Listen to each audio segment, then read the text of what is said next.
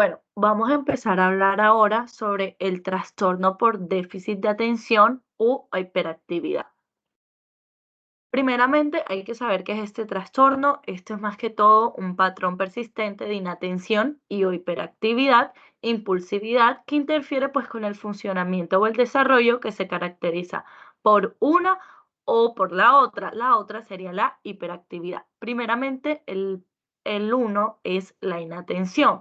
Entonces, esta inatención es seis o más de los siguientes síntomas se han mantenido durante al menos 6 meses en un grado que no concuerda pues con el nivel de desarrollo y afecta directamente las actividades sociales y académicas y laborales del niño y laborales pues más que todo de los adultos. Entonces, esto nos quiere decir, los síntomas no son solo una manifestación del comportamiento de oposición, desafío, hostilidad o fracaso en la comprensión de tareas e instrucciones, sino que para los adolescentes, mayores, los adultos, a partir de los 17 años de edad, esto se requiere mínimo 5 síntomas, los cuales voy a mencionar a continuación. Entonces, ¿cuáles síntomas serían? Con frecuencia falla en prestar la debida atención a detalles o por descuido se cometen errores en las tareas escolares, en el trabajo o durante otras actividades. Por ejemplo, se pasan por alto o se pierden detalles, el trabajo no se lleva a cabo con precisión.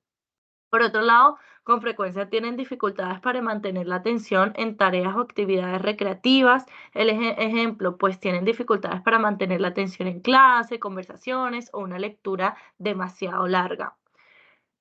Por otro lado, con frecuencia parece no escuchar cuando se le habla directamente, parece tener, por ejemplo, la mente en otras cosas, incluso en ausencia, cualquier distracción aparente.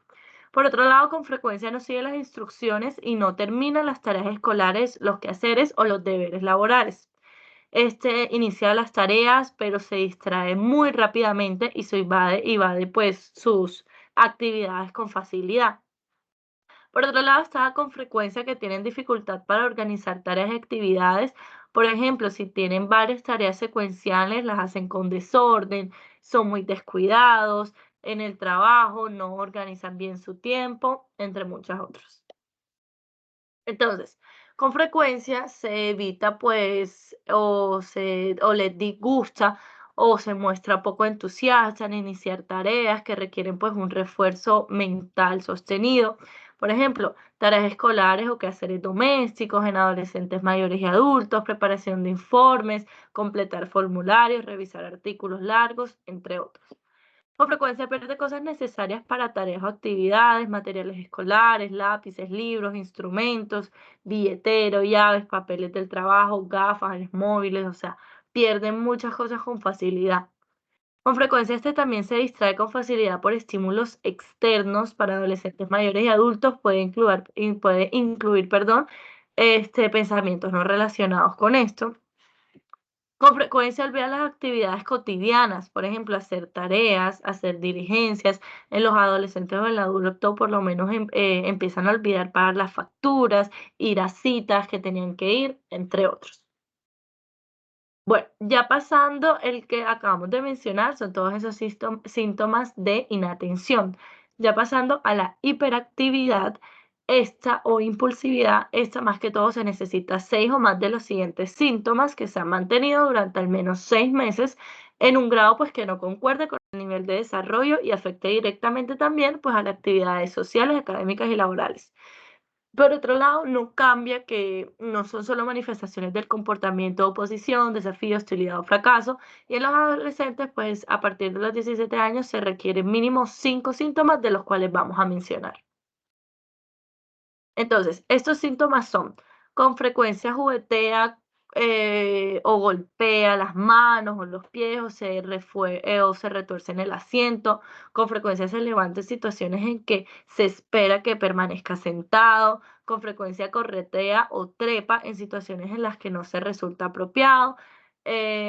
Con frecuencia es incapaz de jugar o ocuparse tranquilamente en actividades recreativas. Con frecuencia también está ocupado o actuando como si lo impulsara un motor, por ejemplo, o sea, están demasiado hiperactivos. Por ejemplo, es incapaz de estar o sentirse o se siente incómodo pues estando quieto o en un lugar, por ejemplo, en un restaurante, en una reunión, entonces siempre están intranquilos. Con frecuencia no hablan excesivamente, con frecuencia responden inesperadamente o antes que se haya concluido pues una pregunta. Con frecuencia es difícil esperar su turno mientras, por ejemplo, hacen una fila. Con frecuencia interrumpen o inmiscuyen con otras conversaciones o con otras ideas. Por ejemplo, se meten en las conversaciones, juegos o actividades pues para utilizar las cosas de otras personas sin esperar o recibir permiso.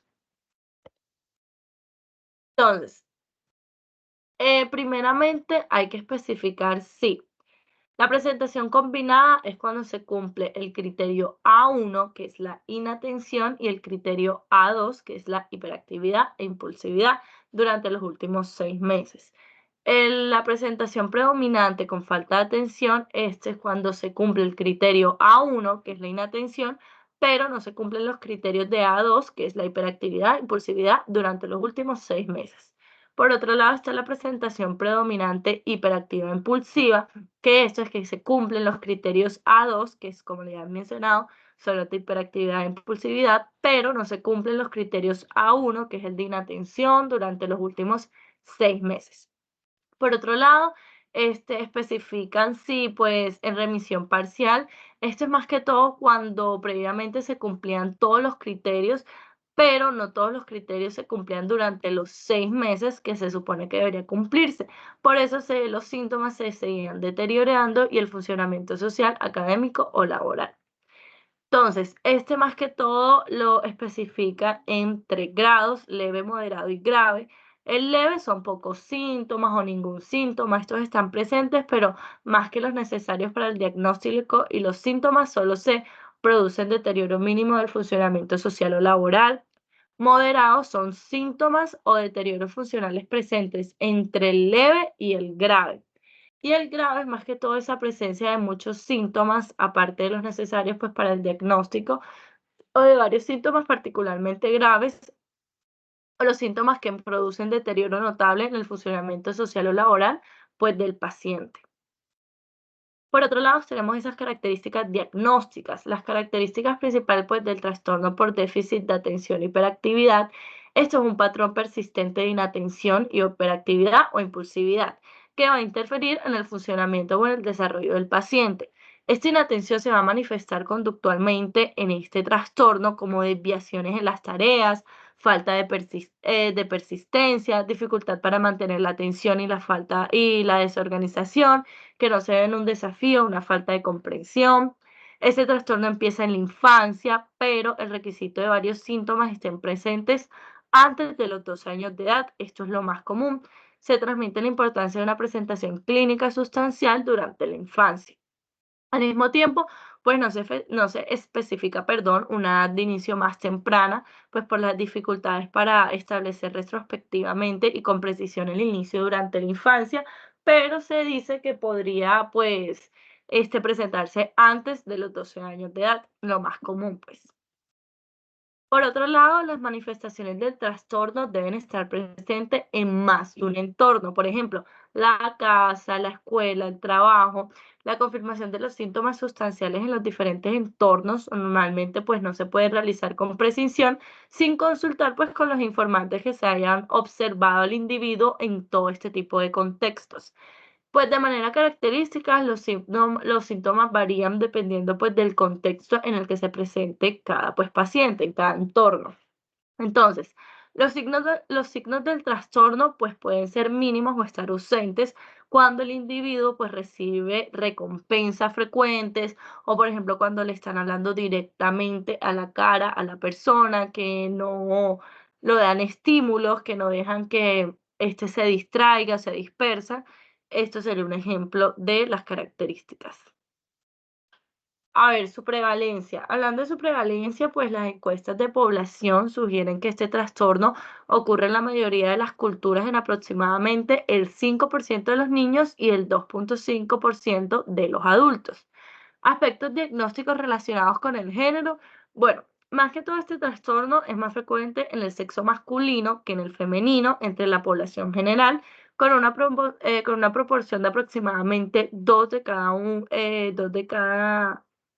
2 niños dos de cada uno en los niños y 1,6 de uno en los adultos. Entonces, el sexo femenino tiene más tendencia que el masculino a presentar principalmente rasgos de inatención. ¿Cómo así? Pues el trastorno de déficit de atención y hiperactividad es más común en niños, pero solamente predominando el déficit de inatención es más común en niñas. Bueno, hablando un poquito de su desarrollo y curso, pues muchos padres observan la actividad motora excesiva por primera vez y dicen, no, eso es normal, mi niño está bien, pero los síntomas, más bien, ¿por qué? Porque los síntomas son muy difíciles de diagnosticar y los comportamientos, pues uno lo puede interpretar como algo normal antes de los 4 años. Pero este trastorno, más que todo, se identifica es cuando está muy frecuente durante la escuela primaria, cuando la inatención llega a ser muy destacada, deteriora el rendimiento, el trastorno es relativamente estable es estable durante la adolescencia temprana, pero algunos individuos pues tienen un curso que empeora con la aparición de los comportamientos antisociales. Entonces, en la mayoría de estos individuos con este trastorno, los síntomas de hiperactividad motora llegan a ser menos obvios durante la adolescencia y la vida adulta, aunque pueden persistir pues algunas dificultades debidas a la inquietud, la inatención, la poca planificación y la impulsividad. Una proporción pues sustancial de niños con este trastorno tiene deterioros que pues persisten durante la edad adulta. Entonces, ahora vamos a hablar un poquito de sus factores de riesgo y pronóstico. Primeramente está el temperamental, que este trastorno se acompaña de una menor inhibición conductual y de mayores esfuerzos pues, para controlarse o ponerle freno pues, de emotividad negativa y de una elevada búsqueda de las novedades. Estos rasgos pues predisponen a algunos niños al trastorno, pero no son específicamente de este trastorno. ¿Cómo así? Estos son individuos que son demasiado temperamentales, que no pueden controlar bien sus emociones. Por otro lado está el ambiental, que es el peso al nacer muy bajo, que es de menos 1.500 gramos, multiplica pues el riesgo de padecer algún tipo de estos trastornos de 2 a 3 veces, pero la mayoría de los niños con bajo peso al nacer no significa que ya van a desarrollar este tipo de trastorno. Aunque el trastorno también se relaciona mucho con el hecho de fumar durante el embarazo, parte de asociaciones refleja un riesgo genético común. Pueden haber antecedentes de maltrato infantil, negligencia, múltiples casos de acogida temporal, exposición a neurotóxicos como el plomo, infecciones como encefalitis, exposición al alcohol durante la vida intrauterina, entre muchos otros. Pasando a los genéticos, pues como lo había mencionado antes, es más frecuente entre los familiares biológicos de primer grado de los individuos con este trastorno. La heredabilidad de este trastorno es considerable, aunque se han correlacionado genes específicos para el trastorno del déficit de atención hiperactiva, pero estos no son factores causales necesarios ni suficientes para decir ya el niño va a venir con un trastorno de déficit de atención. No. Por otro lado están los modificadores del curso, que son esos patrones de interacción familiar en la primera infancia. Normalmente pues no causan trastorno de déficit de atención e hiperactividad, pero estos sí pueden influir en el desarrollo, en el neurodesarrollo de nuestros pacientes y sus problemas conductuales. Diagnósticos diferenciales hay muchísimos. Uno de ellos es el trastorno de negativista desafiante, trastorno de ansiedad, depresión, trastorno bipolar, el trastorno por consumo de sustancias, trastornos de la personalidad, trastornos psicóticos, trastornos en el neurodesarrollo, entre muchos otros. Por eso, este tipo de trastornos es muy difícil de identificar, es muy difícil de diagnosticar. Bueno, el M5 también hablaba mucho sobre otros trastornos por déficit de atención e hiperactividad específica.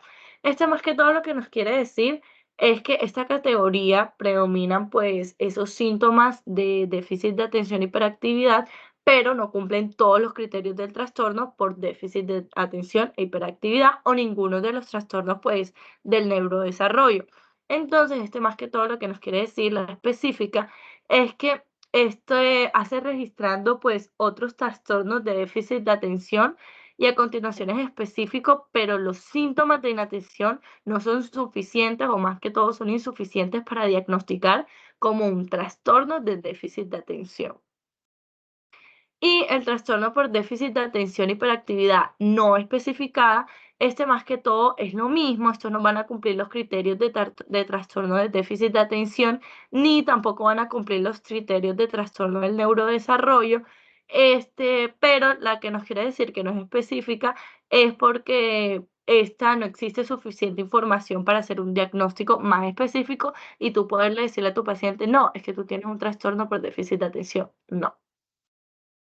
Ok, existe una escala de Conners. Primeramente, hay que hablar un poquito de qué es este trastorno. Entonces, este trastorno de déficit de atención y hiperactividad es una de las alteraciones psicopatológicas más frecuentes en la infancia y adolescencia.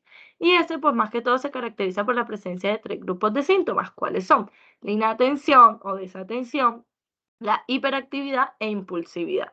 Entonces, según el DSM-5. Entonces, en el proceso de evaluación de este trastorno, pues se utilizan claramente diferentes procedimientos e instrumentos. Entre ellos encontramos esta escala de valoración como uno de los instrumentos pues, más utilizados en la evaluación del trastorno de déficit de atención y hiperactividad, y uno de los más utilizados pues es la escala de Conners.